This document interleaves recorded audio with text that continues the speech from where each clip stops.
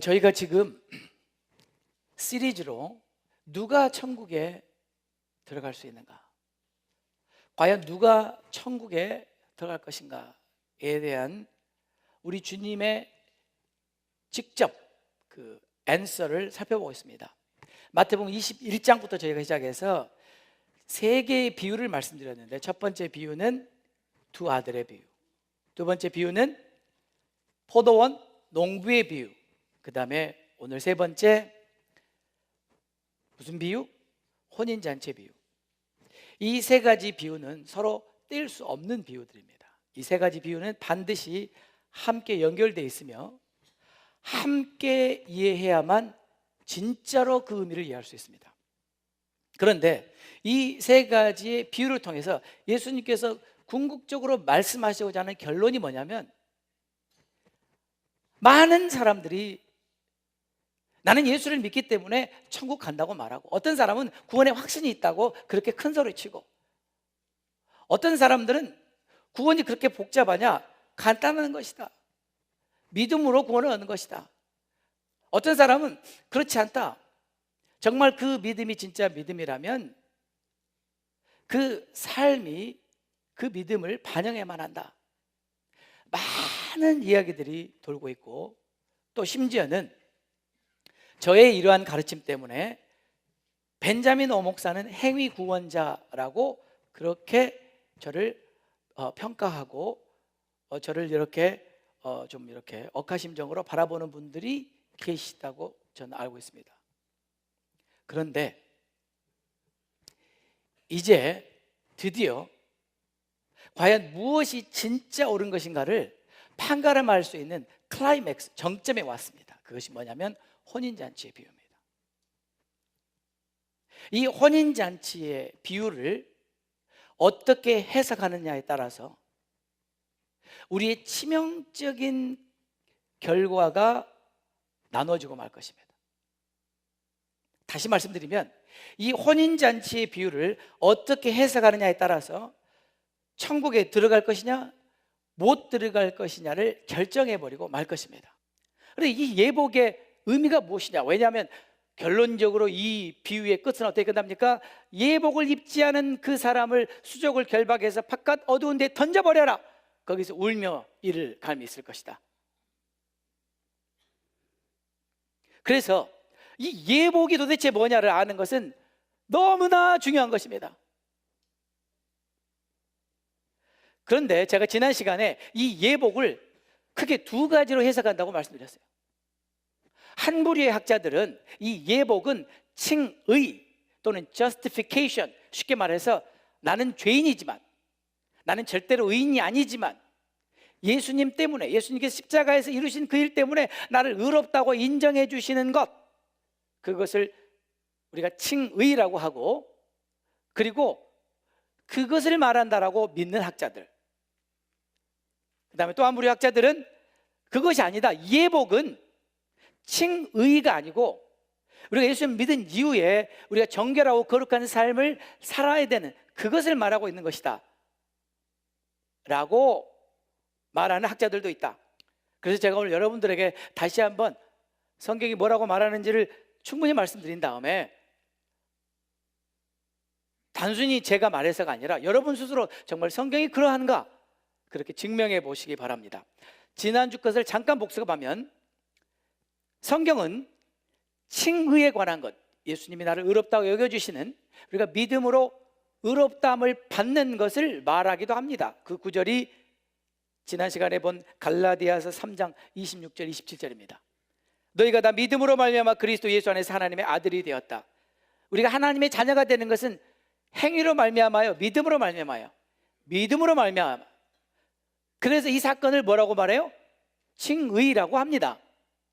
근데 이 사건을 바울은 갈라디아에서 이렇게 말했죠. 누구든지 그리스도와 합하여 세례를 받은 자는 그리스도로 옷 입었느니라. 자, 여기서 그리스도로 옷 입었다라고 하는 이 사건은 칭의에 관한 사건입니까? 아니면 우리가 거룩함을 이루어가는 성화에 관한 사건입니까? 칭의에 관한 사건입니까? 어떻게 합니까? 그렇게 써져 있잖아요. 어떻게 써져 있어요? 너희가 믿음으로 그리스도 예수 안에서 하나님의 아들이 되었다. 이것은 무슨 사건이라고요? 칭의와 거듭남의 사건입니다. 그리고 그것을 다른 말로 어떻게 설명했어요? 세례를 받는 것, 그리스도와 합하여 세례를 받는 것. 이것은 무슨 세례?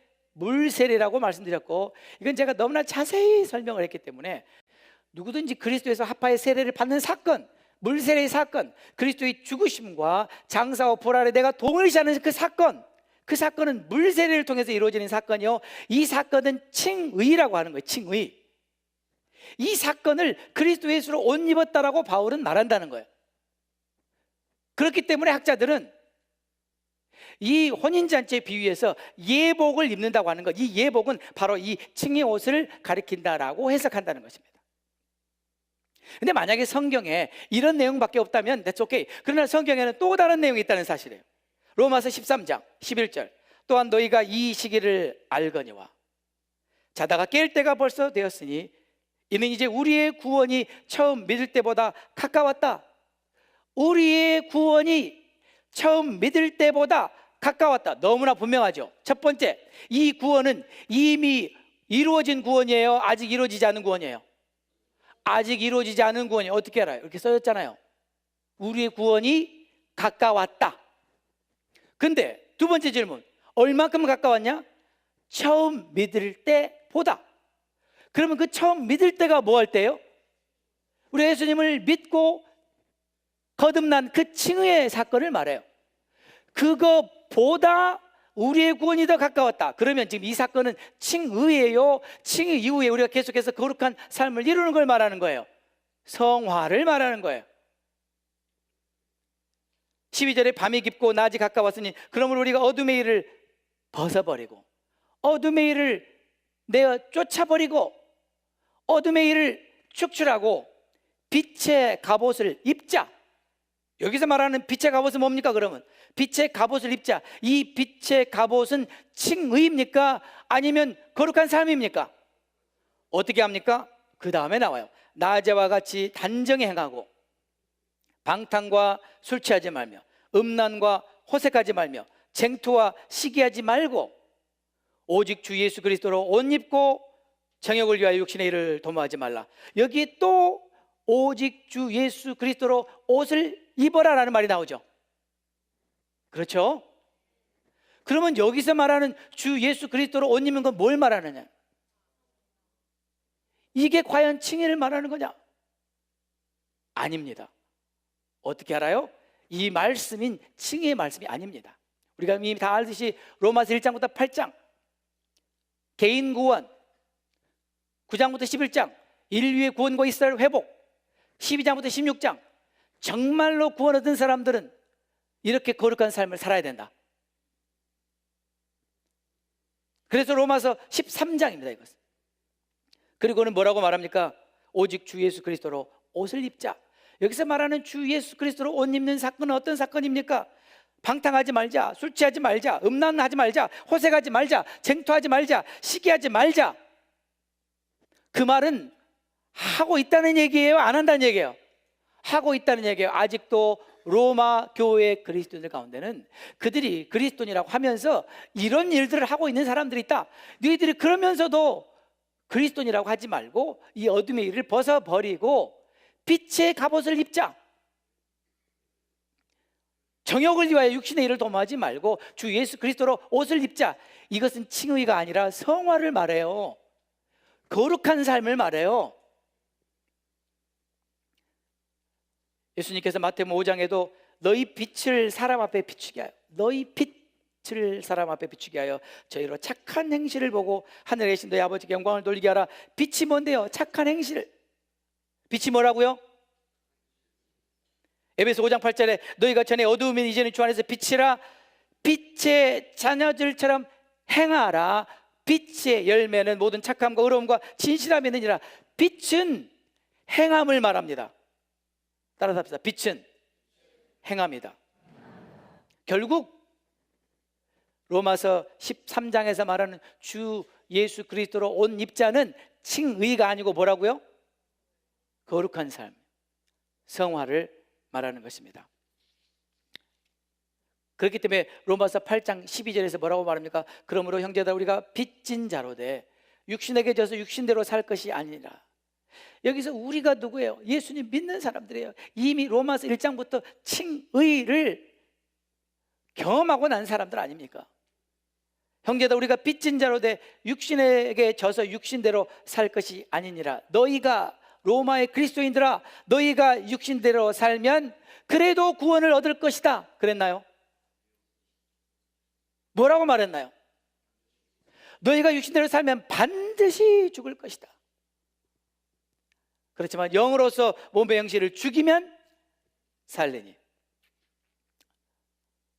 여기까지 지난주에 했던 것을 말씀드렸는데, 자, 이 말씀을 해석해 드리면서 여러분들에게 성경을 해석하는 가장 건전하고 성경적인 방법을 다시 한번 가르칠 거예요. 첫 번째, 성경은 절대적으로 성경으로만 해석해야 됩니다. 두 번째, 성경은 반드시 문맥 안에서만 해석해야 됩니다. 그러면 지금 이 예복을 이해하려면 이 예복이라는 단어가 성경 위에 다른 곳에 쓰인 적이 있는가를 봐야 돼요. 없습니다. 이 예복이라는 단어는 오직 마태복음에만 쓰였습니다. 그렇다면 이 예복을 이해하는 데 있어서 가장 결정적인 단서는 마태복음입니다. 왜냐하면 마태만 이 단어를 썼기 때문에. 맞죠? 맞죠? 그렇다면 우리는 다시 한번 마태복음을 검토하면서 지금 마태가 기록한 이 예복의 의미가 무엇인지를 찾으려고 해야 됩니다. 그렇다면 마태복음 전체에서 마태가 말하고자 하는 의가 뭘까? 의가 뭘까를 우리가 반드시 살펴봐야 돼요. 그런데 마태복음에서 마태가 기록한 모든 의라고 하는 것, righteousness, 의라고 하는 것은 전부 행함에 관한 것입니다. 그것이 예수님의 말씀입니다. 우리가 다시 한번 잠깐 보면 마태복음 5장 20절, 내가 너희에게 이르노니 너희 의가 서기관과 바리새인보다 더 낫지 못하면 결단코 천국에 들어가지 못하리라. 기억나시죠? 예수님은 서기관과 바리새인의 의를 말하면서 그 의보다 나은 의를 갖지 못하면 천국에 들어갈 수 없다 그랬습니다. 그래서 그 의가 무엇인가를 여러분들에게 이미 자세히 설명했고, 다시 한번 간략하게 요약하면 예수님은 그 의를 마태복음 6장 1절에서 이렇게 말씀하셨죠. 사람 앞에서 보이는 의, 하나님 앞에서 인정받은 의. 마태복음 6장 1절, 사람에게 보이려고 그들 앞에서 너희 의를 행치 않도록 주의하라. 그런 다음에 세 가지 카테고리를 놓고 사람한테 보이는 것이 뭔가를 말해줍니다. 구제할 때 마태복음 6장 2절, 그러므로 구제할 때 외식하는 자가 사람에게 영광을 얻으려고. 6장 4절, 내 구제함을 은밀하게 하라. 은밀한 중에 보시는 너희 아버지께서 갚으시리라. 사람에게 보이려고, 은밀한 중에 보시는 너희 아버지께. 기도할 때는요, 마태복음 6장 5절에 너희가 기도할 때 외식하는 자와 같이 되지 말라. 저희는 사람에게 보이려고. 6장 6절, 너는 기도할 때 내 골방에 들어가 문을 닫고 은밀한 중에 계신 내 아버지께 기도하라. 은밀한 중에 보시는 내 아버지께서 갚으시리라. 금식할 때 너희는 외식하는 자들과 같이 슬픈 기색을 내지 말아라. 저희는 금식하는 것을 사람에게 보이려고 얼굴을 흉하게 하느니라. 6장 18절, 이는 금식하는 자로 사람에게 보이지 않고 오직 은밀한 중에 계신 내 아버지께 보이게 하려 함이라. 은밀한 중에 보시는 내 아버지께서 갚으시리라. 이게 무슨 말이에요? 서기관과 바리새인의 의는 어떤 의예요? 사람에게 보이려고 행하는 것입니다. 사람에게 인정받는 의입니다.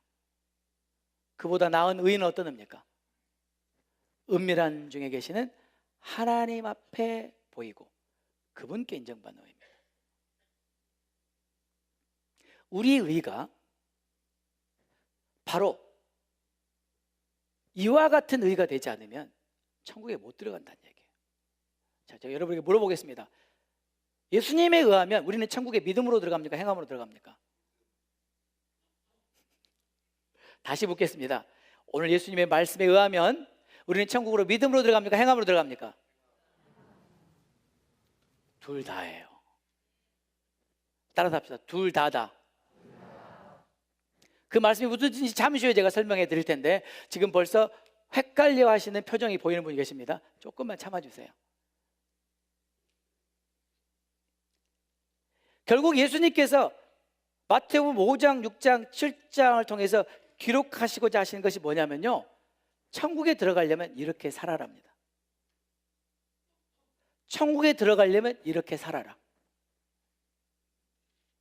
결론이 7장 21절에 나더러 주여 주여 하는 자마다 천국에 다 들어갈 것이 아니요 다만 하늘에 계신 내 아버지의 뜻대로 믿는 자라야 천국에 들어가리라.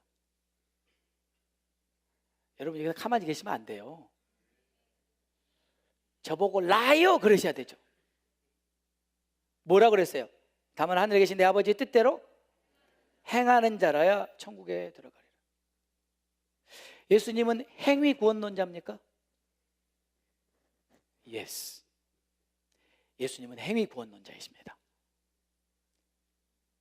아버지의 뜻대로 행하는 자라야 천국에 들어가리라 하셨지 믿는 자라고 하지 않았습니다. 무슨 말이냐면 예수님은 믿음을 전제로 하고 말씀하신 거예요. 그게 무슨 뜻인지 제가 설명드릴게요. 예수님은 마태복음 5장, 6장, 7장을 누구에게 말하고 계시냐면 하나님을 너무나 잘 알고 믿고 있다고 생각하는 사람들에게 말하고 계십니다. 다시 말씀드립니다. 이 마태복음 5장, 6장, 7장의 오디언스가 불신자들이 아니고 이미 하나님을 너무나 잘 알고 믿고 있는 유대인들을 향한 말씀입니다. 그러니까 예수님은 이미 하나님을 믿고 있는 사람들에게 말하는 거기 때문에 믿음을 전제라고 말하는 겁니다. 다시 말하면 너희들이 정말 하나님을 믿는다면 이렇게 사는 것이 진짜 믿음이라는 걸 말하시는 거예요. 결론적으로 말합니다. 마태복음에서 말하는 의는 이 머리로 믿는 의가 아니에요.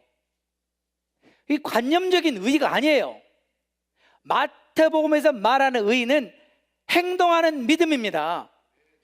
아버지의 뜻대로 행하는 것, 순종을 말합니다. 됐죠? 그러면 우리가 이 예복을 이해하는 데 있어서 마태복음에서 말하는 의에 대한 문맥을 들었습니다. 그렇다면 이 예복은 뭐냐? 마태복음은 이렇게 말하고 있습니다. 예수님의 참제자, 하늘나라의 참된 백성이라면 그 증거로서 열매 또는 행함을 보여야 된다. 그러므로 마태복음에서 천국 백성이냐 아니냐를 구분하는 기준은 열매나 행함이다. 여기까지 동의가 되시는 분 아멘 해보세요. 뭐 제 말이 아니고 예수님이 하신 말씀이니까 여기도 동의를 안 하시면 곤란하겠죠. 네. 그러면 이 비유를 계속 해석해 보겠습니다. 이번에는 이 비유의 14절에 이렇게 말해요. 청함을 받은 자는 많되 택함을 입은 자는 적으니라. 이 혼인잔치 비유가 22장 1절부터 14절까지인데 이 마지막 절 14절에 예수님이 이렇게 말씀하셨어요. 청함을 받은 자는 많다. 정작 택함을 입은 자는 적다. 자, 우리 이 말씀을 어떻게 해석할 것이냐에 따라서 이 예복의 의미를 파악하는데 굉장히 중요한 단서를 제공합니다. 왜냐하면 지금 예복을 입지 않은 사람을 저 바깥 지옥에 쫓아내고 나서 하신 말씀이거든요. 이 말씀이 맞죠? 그렇다면 청함을 받은 자는 많되 택함을 입은 자는 적다라는 이 말씀이 무슨 뜻인가?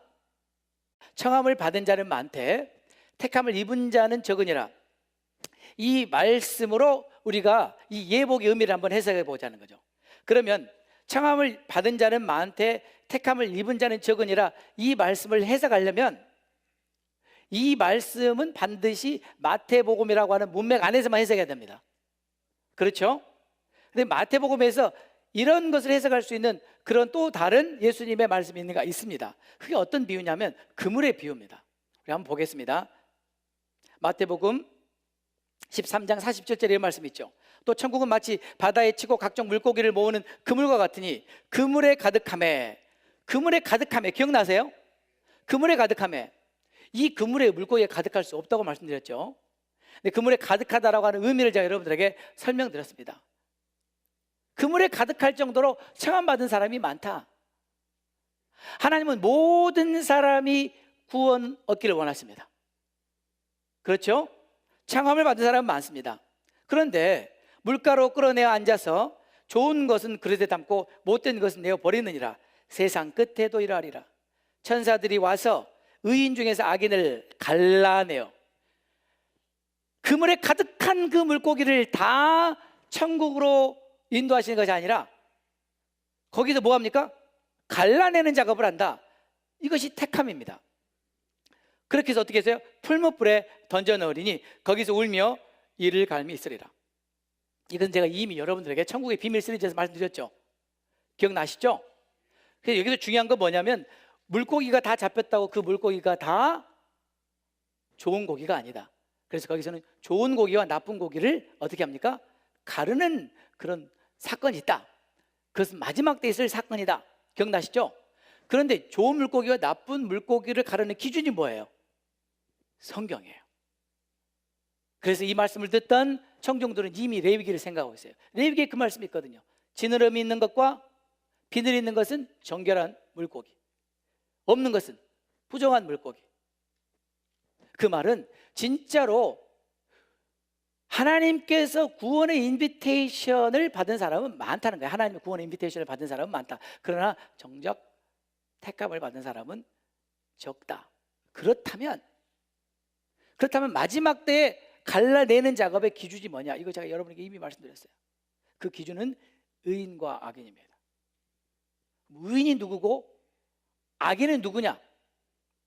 성경에는 세 군데에서 이 말씀을 하고 있습니다. 첫 번째는 바울이 로마서에서, 두 번째는 야고보가, 세 번째는 예수님이 직접. 한번 들어보겠습니다. 바울은 로마서 1장 17절에 의인은 믿음으로 말미암아 살리라. 하박국을 인용했죠. 갈라디아 3장 11절에 의인은 믿음으로 말미암아 살리라. 아멘이죠. 여기에 의하면 이 의인은 무엇으로 말미암아 나는 의인이에요? 믿음으로 말미암아 나는 의인이에요. 그러므로 이것은 뭘 말해요? 칭의를 말해요. 그러니까 우리가 믿음으로 구원을 얻는다는 말 맞아요, 틀려요? 맞죠. 믿음으로 구원을 얻죠. 그런데 야고보를 한번 가보면, 야고보서를 가보면 야고보서가 2장 4절에 이러보건대 사람이 행함으로 의롭다 하심을 받고 믿음으로만 아니니라. 심각하죠. 심각하죠. 방금 로마서에서 또 갈라디아에서 바울이 뭐라 그랬어요? 의인이 믿음으로 산다. 믿음으로 의롭게 된다. 근데 야고보는 뭐라 그래요? 행함으로 의롭게 된다. 누가 올라요? 이제 많이 이제 실력이 늦었어요. 네. 둘 다 옳아요. 둘 다 옳아요. 뭐라고 말해요? 행함으로 의롭다 하심을 받고 믿음으로만 아니니라. 믿음으로만 아니니라. 믿음으로만. 그럼 야고보는 뭐라고 말하는 거예요? 행함과 믿음을 다 같이 말하는 것입니다. 그 뜻을 14절에 이렇게 말합니다. 내 형제들아 만일 사람이 믿음이 있노라 그러고 자기가 믿음이 있다고 자기 믿음 좋다라고 큰 소리치고 그런 사람들 있잖아요. 근데 그 사람이 믿음이 있는지 어떻게 아느냐? 야고보가 행함이 없으면 무슨 이익이냐? 그 믿음이 능히 자기를 구원하겠냐? 이 믿음이 그 사람 구원해요? 못해요? 못해요. 행함이 없는 믿음은 그 사람을 구원하지 못한다고 말했잖아요. 왜요? 17절에 행함이 없는 믿음은 그 자체가 죽은 것이기 때문에. 행함이 없는 믿음은 그 믿음 무슨 믿음이요? 죽은 믿음이기 때문에. 죽은 믿음으로 무슨 구원을 받냐? 그 믿음은 아무 쓸데없는 믿음이다. 그것은 폼만 잡는 믿음이다. 그것이 가짜다. 그런 다음에 결론을 이렇게 말합니다. 야고보서는 22절에 내가 보거니와 믿음이 그 행함과 함께 일하고 행함으로 믿음이 온전케 되었느니라. 믿음이 그 행함과 함께 일하고 행함으로 믿음이 온전케 되었느니라. 저와 여러분의 믿음이 진짜인가? 저와 여러분의 믿음이 정말 나를 구원할 믿음이라는 것을 알 수 있는 유일한 근거는 행함입니다. 그 다음에 마지막으로 예수님이 뭐라고 말씀하시는지 보겠습니다. 예수님, 바울도 이렇게 말하고 야고보도 이렇게 말했는데 중요한 것은 바울의 말이 중요해요? 예수님 말이 중요해요? 아시긴 아시네요. 야고 말이 중요해요? 예수님 말씀이 중요해요? 그럼 예수님 뭐라고 하는지 들어보겠습니다. 다시 우리는 또 그 말씀으로 돌아갑니다. 마태복음 5장 20절에 너희 의가 서기관과 바리새인보다 더 낫지 못하면 결단코 천국에 들어가지 못하리라. 행하는 믿음이에요? 관념적인 믿음이에요? 행하는 믿음입니다. 네. 자, 이것이 마태복음 문맥 안에서 청함을 받은 사람은 많지만 택함을 입은 사람은 적다라는 그 문맥이라는 거예요. 그게 무슨 말이냐면 행함에 관한 것이라는 거예요. 그 다음에 울며 이를 갈미 있으리라 보겠습니다. 이 혼인잔치 비유에서 예수님께서 바깥 어두움에 내어 던져버리라. 거기서 울며 이를 갈미 있으리라는 표현을 써요. 울며 이를 갈미 있으리라. 한번 따라 합시다. 울며 이를 갈미 있으리라. 이 울며 이를 간다는 표현이 마태복음에 6번, 누가복음에 1번. 그러면 이 울며 이를 간다라고 하는 이 표현이 어떤 문맥에서 쓰였다고요? 행함과 관련됐을 때, 마지막 심판 때. 자, 그러면 하나씩 보겠습니다. 첫 번째 마태복음 8장 11절 12절에 보면 백부장의 믿음이 나옵니다. 11절에 또 너에게 이르노니 동서로부터 많은 사람이 이르러 아브라함과 이삭과 야곱과 함께 천국에 앉으려니와. 자, 이거 세상 끝 이야기예요? 예수님의 초림 이야기예요? 세상 끝 이야기죠? 예수님이 재림에 관한 이야기죠? 나라의 본 자손들은 바깥 어두운 데에 쫓겨나 거기서 울며 이를 갈미 있으리라. 이 컨텍스트는 이런 컨텍스트입니다. 여러분 백부장 이야기 다 알죠? 백부장의 하인이 아파요. 아파서 예수님 제 하인이 아픕니다. 고쳐주세요. 이 백부장은 예수님께 굉장히 인정받은 백부장이거든요. 그래서 예수님께서 그래? 내가 가서 고쳐주마. 그때 백부장이 노노 예수님, 예수님이 어떻게 감히 저희 집에 오십니까? 그러시지 마시고 말씀만 하세요. 그러면 내 안이 나을 것입니다. 그때 예수님께서 뭐라고 말씀하셨냐면요, 기이 여겼다. 어찌 이런 일이 다 있냐? 어찌 이스라엘에 이런 사람이 다 있냐? 나는 이런 사람을 본 적이 없다 그랬어요. 그렇죠? 이만한 믿음을 가진 사람을 본 적이 없다. 이 백부장은 굉장히 심플한 사람이에요. 뭐라고 말했냐면, 예수님 저도 제 밑에 부하가 있고 위에 상관이 있는데 그거 되게 쉽습니다. 제가 부하 보고 와 그러면 옵니다. 가 그러면 갑니다. 안 오면요 죽습니다. 맞아요, 틀려요? 굉장히 심플한 거. 이 사람은 군인이라 너무나 잘하는 거예요. 오라면 온다는 거예요. 가라면 간다는 거예요. 군인에게 있어서는 복종 아니면 죽음입니다. 그렇죠? 그냥 그 군인은 자기의 라이프 스타일로 말씀하고, 예수님 오실 필요 없어요. 그냥 말씀하시면 됩니다. 예수님은 신기하게 계셨어요. 신기하게. 뭐 이런 사람이 다 있냐 이스라엘에. 처음 봤다. 그 믿음은 어떤 믿음이에요? 그 믿음은 들으면 즉각적으로 순종하는 믿음이에요. 아닌가요? 네. 두 번째, 알곡과 가라지의 비유. 마태복음 13장. 밭은 세상이요 좋은 씨는 천국의 아들들이요 가라지는 악한 자의 아들들이요. 다 들으셨죠? 천국의 비밀 시리즈 다 들으셨죠? 가라지를 심은 원수는 마귀요 추수 때는 세상 끝이요 추수꾼은 천사들이니 그런즉 가라지를 거두어 불에 사르는 것 같이 세상 끝에도 그러하리라. 자, 무엇에 관한 얘기예요? 세상 끝에 관한 얘기예요. 예수님이 초림에 관한 얘기예요? 재림에 관한 얘기예요? 재림에 관한 얘기예요. 인자가 그 천사들을 보내리니 저희가 그 나라에서 모든 넘어지게 하는 것과 또 다 같이 읽을까요? 불법을 행하는 자들. 누구를요? 불법을 행하는 자들을 거두어내요. 풀무불에 던져 넣으리니 거기서 울며 이를 갈미 있으리라. 거기서 울며 이를 갈미 있으리라. 왜 이들을 풀물에 던져서 거기서 울며 이를 갈미 있으리라고 하셨어요? 불법을 했기 때문에. 불법이 뭔데요? 하나님의 뜻이 아닌 것입니다. 하나님의 뜻을 행하는 것이 의입니다. 그렇죠? 하나님의 뜻이 아닌 것이 불법입니다.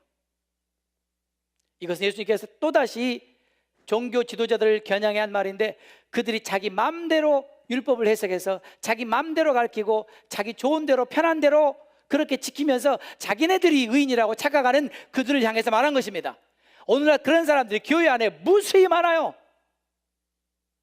성경을 자기 마음대로 해석해요. 그리고 그렇게 믿어요. 그리고 자기의 믿음이 옳은 것으로 착각하고 있어요. 그래서 예수님께서 그걸 직격탄을 날리신 거예요. 너희들 믿음이 참 멍터리다. 왜냐하면 너희들은 하나님의 뜻을 오해하였다. 너는 율법을 엉터리로 해석했다. 그래서 예수님이 하신 말씀이 5장, 6장, 7장 아닙니까? 마태복음. 이해 다시죠? 그렇죠? 그럼 여기서 왜 지옥에 갔어요? 불법을 행했기 때문에. 의를 행하지 않았을 뿐만 아니라 불법을 행했기 때문에. 마태복음 13장 그물의 비유. 아까 방금 우리가 했죠. 천국은 마치 바다에 치고 각종 물고기를 모으는 그물과 같으니 그물이 가득하면 물가로 끌어내고 앉아서 좋은 것은 그릇에 담고 못된 것은 내어버리느니라. 세상 끝에도 이러하리라. 천사들이 와서 의인 중에 악인을 갈라내어 풀무불에 던져 넣으리니 거기서 울며 이를 갈미스리라. 이거 방금 했죠? 넘어갑니다. 그 다음에가 혼인잔치 비유예요. 오늘 우리가 말하는 혼인잔치의 비유. 이의 복을 입지 않는 그 사람을 바깥 어둠에 내어 던져라. 거기서 슬피 울며 이를 갈미스리라. 그 다음에 마태복음 24장에 충성되고 지혜 있는 종에 관한 비유입니다. 충성되고 지혜 있는 종이 되어 주인에게 그 집사람들을 맡아 때를 따라 양식을 나눠줄 자가 누구냐? 주인이 올 때 그 종이 이렇게 하는 것을 보면 그 종이 복이 있으리라. 내가 진실로 너에게 이르노니 주인이 그 모든 소유를 그에게 맡기리라. 여기서 말하는 종은 누구를 말할까? 여러분, 제가 여러분들에게 이미 말씀드렸지만 하나님께서 이스라엘 백성들, 포도원 이스라엘 백성들을 누구에게 맡겨주셨어요? 종교 지도자들에게 맡겨주셨어요. 근데 48절에 만일 그 악한 종이 마음에 생각하기를 주인이 더디오리라 하여 동료들을 때리며 술 친구들과 더불어 먹고 마시게 되면 생각지 않은 날 알지 못하는 시간에 그 종의 주인이 이르러 엄히 때리고 외식하는 자에 받는 벌에 처하리니 거기서 슬피 울며 이를 갈미쓰리라. 여기서 왜 이 악한 종이 슬피 울며 이를 가냐면 첫째, 주인이 더디 온다고 믿는 거예요. 주인이 더디 온다고. 주인이 더디 올 것이다. 다시 말합니다. 예수님이 더디 올 것이다 라고 믿는 종은 악한 종입니다. 초대교회 시대 이래로 하나님의 사람들은 모두 한결같이 주님이 곧 오신다 그랬습니다. 그것이 선한 종입니다. 대답도 안 하시네요. 지금 제가 성경 읽었잖아요. 주인이 더디 온다라고 믿는 종은 무슨 종? 악한 종. 더 나아가서 주님 안 오신다라고 하는 그 종은 죽일 놈입니다. 정말 그 놈은 죽일 놈입니다. 그 다음에 동료들 때려요. 동료들을 왜 때려요? 주님이 더디 온다는데 너는 왜 자꾸 금방 온다 그래? 그래서 많이들 맞죠. 술 친구들과 더불어 먹고 마심. 근본적으로 이 종은 이스라엘 백성들을 깨워서 다시 오실 주님을 준비해야 될 사명을 받은 이 하나님의 말씀을 맡은 자가 아니야, 예수님 뭐 금방 오시겠어, 1000년이나 걸릴 것 같아, 더 자. 그리고 뭐예요? 술 친구들과 날마다 더불어 먹고 마시고 놀고, 그리고 예수님이 금방 온다고 하는 동료들은 때리고. 그 다음 비유입니다. 마태복음 25장 26절 23절 달란트 비유입니다. 여러분 달란트 비유를 잘 아시죠? 악하고 게으른 종아, 누군데요? 달란트 하나 받고 땅속에다가 잘 곰쳐놨다가 나중에 예수님 오시니까 하나 여기 있습니다라고 내놓은 그 종을 예수님께서 약하고 게으른 종아, 그러면서 그 종에게 하신 말씀이 이 무익한 종을 바깥 어두운 데로 내어 쫓아라. 거기서 슬피 울며 이를 갈미쓰리라. 주님 다시 오실 때 우리 모두는 하나님께서 우리에게 주신 모든 것들에 대해서 우리는 셀을 리어카운트 해야 됩니다. 이게 무슨 말이냐면 우리가 이 세상에 살면서 하나님이 주신 모든 것을 내 것이라고 착각하는 것에 경종 올리는 것입니다. 하나님이 주시지 않으면 우리는 아무것도 받을 수 없습니다. 건강도, 물질도, 은사도, 재능도, 내게 있는 모든 것은 하나님이 주셨기 때문에 내가 갖고 있는 것입니다. 그러므로 그 주인은 누구십니까? 하나님이십니다. 그러므로 주님 다시 올 때 물어볼 거예요. 내가 너에게 이렇게 좋은 가정 환경에서 태어나게 해줬다. 너는 부모를 잘 만나서 온갖 교육을 다 받게 해줬다. 너는 명문대학을 나왔다. 너는 이런 재능을 내가 주어서 이렇게 얼마든지 다른 사람들을 위해 살 수 있는 기회가 있었다. 너는 내가 준 것 갖고 뭐 했냐? 땅속에다 그대로 묻어놨습니다. 여기 있습니다. 이 악한 종아, 이 게으른 종아, 지옥에 가라. 예수님께서 하신 말씀 그 말씀이에요. 많이 받은 자에게 많은 것을 요구한다고 하시지 않았나요? 하나님, 제가 받은 것은 저는 가난한 집안에서 배운 것도 없고 가진 것도 없고 할 줄 아는 것도 없는데 그저 내가 한 가지 받은 거 있다면 우리 부모로부터 물려받은 믿음입니다. D.L. 무디가 위대한 말을 남겼습니다. D.L. 무디는 수많은 영혼들이 지옥 가는 걸 봤기 때문에 한 영혼이라도 천국에 보내려고 밤잠을 자지 않고 기도하면서 사람들에게 복음을 전했어요. 셀 수 없는 사람들에게 복음을 전했어요. 한 번은 설교가 끝나고 나니까 시카고 모 대학의 교수, 영어 교수가 찾아와서 하는 말이, 무디 목사님, 오늘 목사님 설교하는데 영어 문법이 얼마나 많이 틀린 줄 아십니까? 그때 무디 목사님이 이렇게 말씀했어요. 맞아요, 교수님. 저는 영어를 제대로 못 배웠어요. 문법이 많이 틀려요. 근데 저는 그렇게 틀리는 문법 가지고도 이렇게 복음을 전하는데 교수님은 잘하는 문법으로 뭐 하십니까?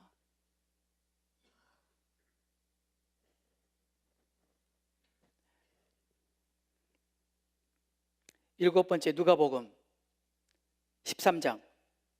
아브라함과 이삭과 야곱과 모든 선지자들, 그들은 하나님 나라에 있고 오직 너희는 밖에 쫓겨난 것을 볼 때 거기서 슬피 울며 이를 갈미으라.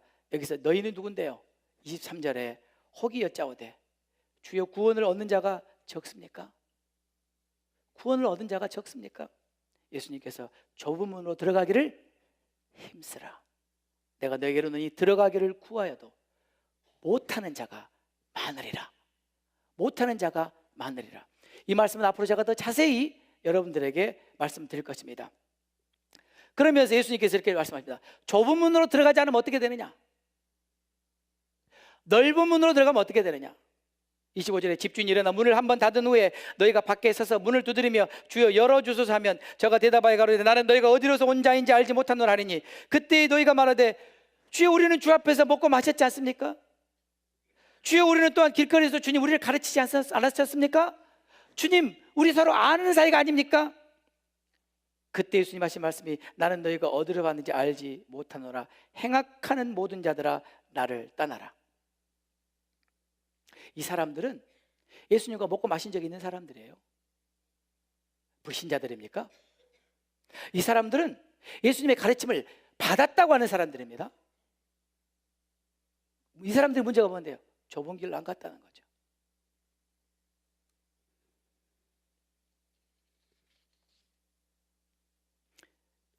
여기까지 보면 울며 이를 갈미으리라.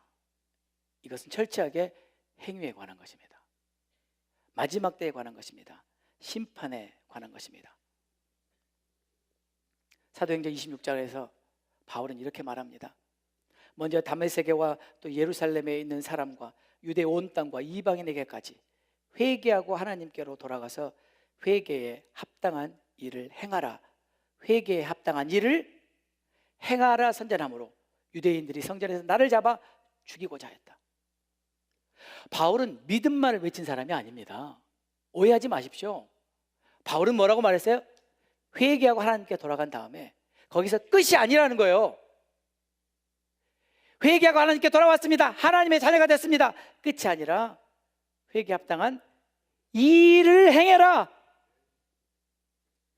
내가 이것을 가르치기 때문에 유대인들이 나를 잡아 죽이려고 하는 것이다. 행위 구원론자라고.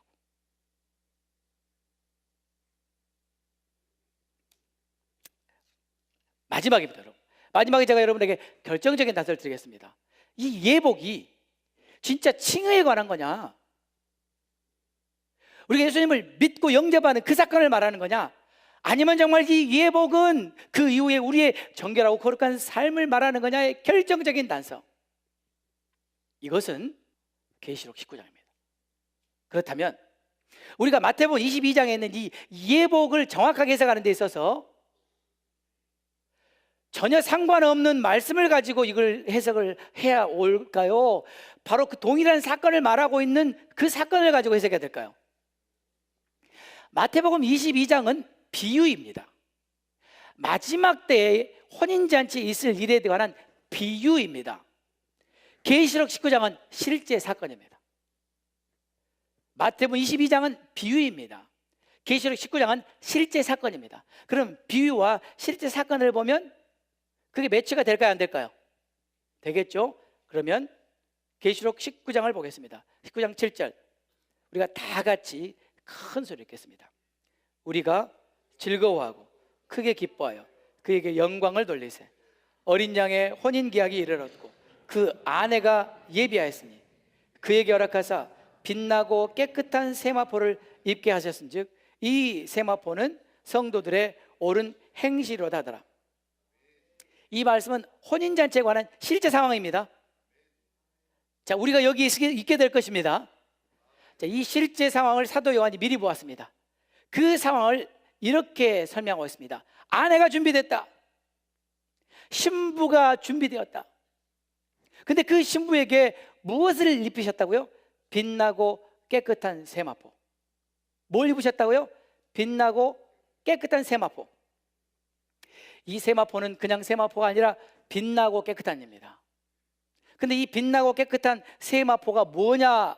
성경이 이렇게 말합니다. 이 세마포는 성도들의 믿음이다. 이 세마포는 성도들의 믿음이다. 아니잖아요. 뭐라 그랬어요? 이 세마포는 성도들의 옳은 행실이다. 자, 그럼 여러분에게 심각한 질문을 하겠습니다.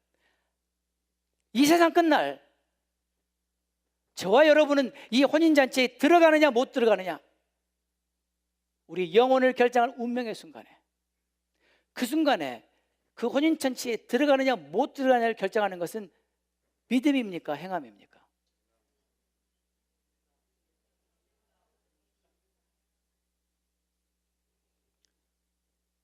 진짜 믿음은 반드시 행함이 있다는 거예요.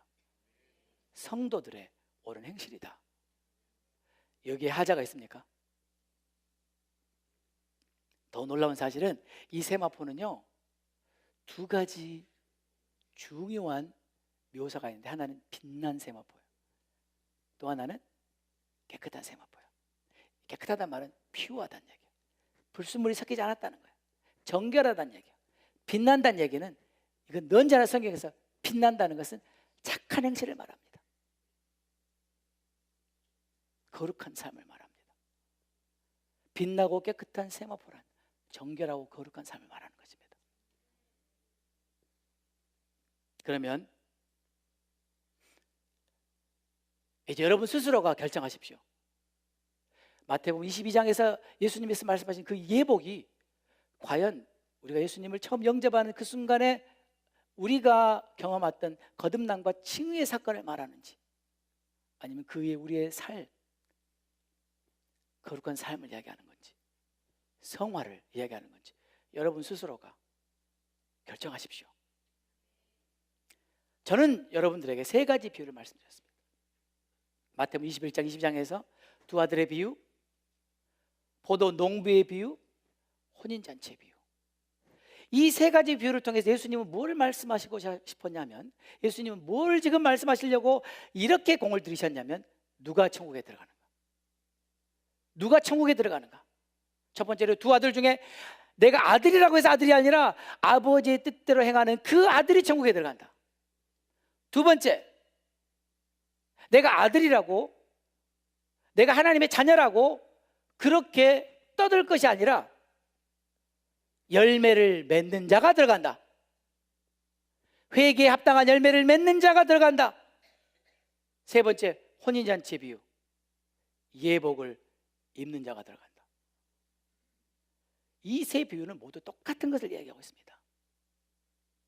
정말 하나님의 자녀들은, 정말 빛의 자녀들은 회개하고 믿어 순종한 자들이다. 회개에 합당한 열매를 맺는 자들이다. 정결하고 거룩한 삶의 예복을 입는 자들이다. 이들이 천국에 들어간다. 우리는 이미 천국의 비밀을 통해서 이미 임한 천국에 대해서 말씀드렸어요. 이미 이 땅에 임한 천국, 그 천국이 내 마음 안에 이루어지지 않으면 그 천국은 나하고 상관이 없는 것입니다. 이미 이 땅에 임한 그 천국을 받아들이고 누리며 살지 않는다면 어떻게 장차 임할 천국에 들어갈 수 있겠습니까? 16세기 하나님은 루터를 들어 쓰셨어요. 루터를 통해서 행위가 아니라 믿음이 있어야 된다. 믿음이 없는 행위는 아무 소용이 없다. 믿음이 있고 그 다음에 행위니까. 그래서 그 믿음을 회복하는 놀라운 일을 이루었습니다. 하나님은 루터를 쓰셨습니다. 그러나 200년이 지난 다음에 하나님은 웨슬레를 높이 드셨습니다. 그 이유는 뭐예요? 믿음만 강조하다가 삶이 엉망진창이 돼버린 사람들에게 그게 아니라고 말하는 거예요. 믿었으면 그 다음에는 거룩한 삶을 살아야 된다. 그것 때문에 하나님은 웨슬레를 쓰신 겁니다. 믿음도 그렇고 거룩한 삶도 그렇고 내 힘으로 되냐는 거예요. 내 힘으로 돼야 안 돼요? 안 되기 때문에 성령을 주신 것이다.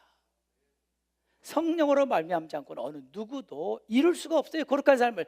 저와 여러분이 무슨 수로 거룩한 삶을 살아요?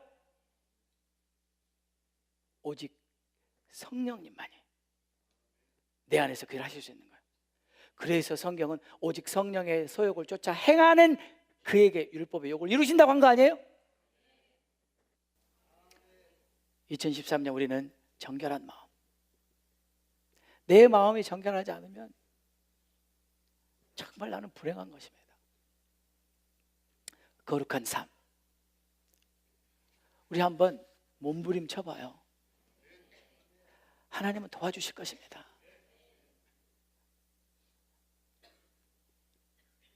2013년을 우리가 마감할 때는 우리가 다시 한번 하나님, 제가 1년 동안 정말 정결한 마음, 거룩한 삶을 위해서 내가 최선을 다해서 여기까지 달려왔습니다라고 고백하는 저와 여러분들이 다 됐으면 좋겠습니다.